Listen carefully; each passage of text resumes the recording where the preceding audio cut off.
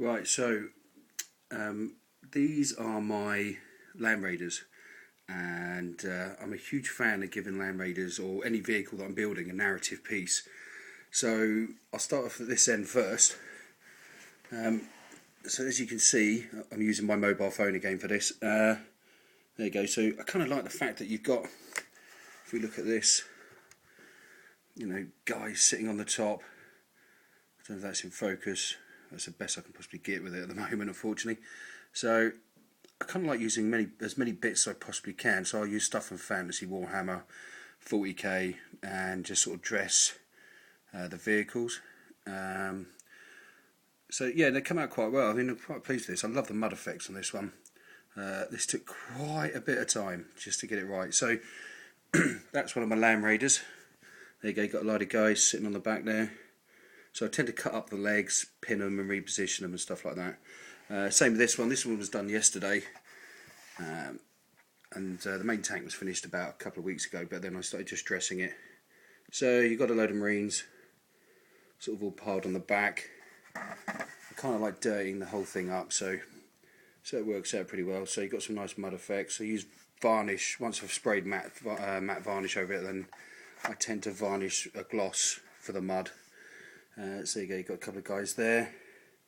Can't really see it too well, but he's actually, the guy sitting here, this guy just here, has actually got his hand resting on a bolter. Then I tend to add stuff to it. So they've got loads of little bits and pieces all over them.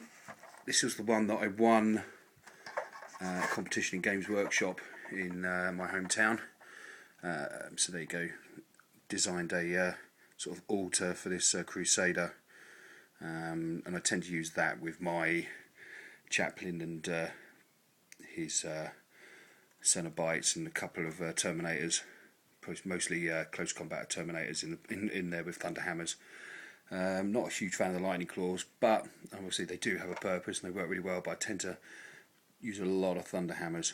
So as you can see there, all muddied up, all dirtied. Then you've got like a green stuff flag on the back. Not very good with the whole green stuff, but I mean it worked out alright. It's getting there. Again, all muddied up, dirtied down.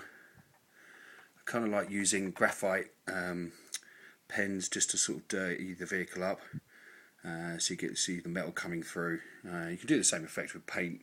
It works really well, but I kind of like the graphite pen.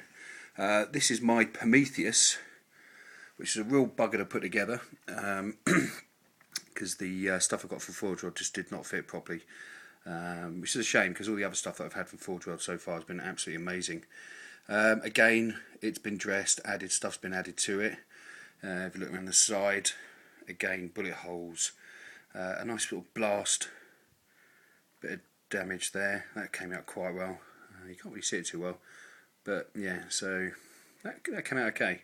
Then we've got scratches, bullet hits, and then on the back I went for this whole ripped up, battered end, and again another narrative piece, just load it up with stowage.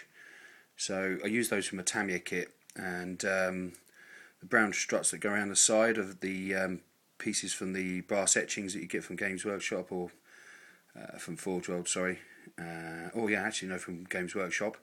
Couple of pieces there from my Titan, which I'll be doing a piece about later. So you've got the Aquillas there from the Titans. Then stuff you get like the hammers and picks and stuff like that, they're just taken out of the Imperial Guard kits.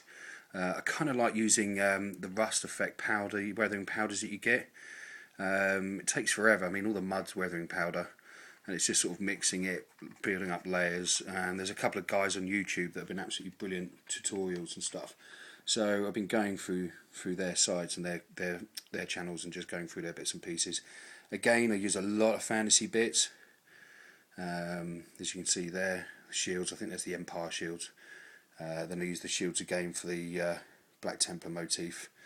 And on the front, you'll have bits again from one of the Titans, where the Aquila is. So that came out okay.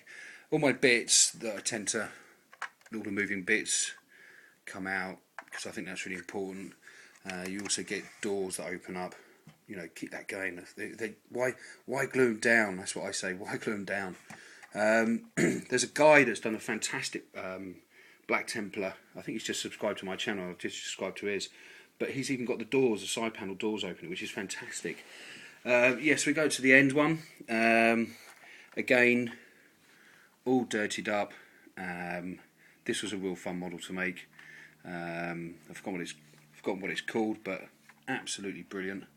Yeah, so just adding bits to it to make it, you know, kind of cool. So yeah, they're 5 of my land raiders. I've got another one I'm working on at the moment.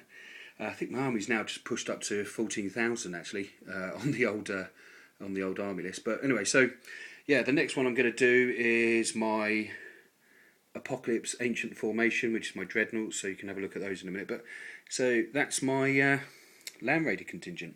Fantastic. Really like building these. And that's it. Okay, see you soon.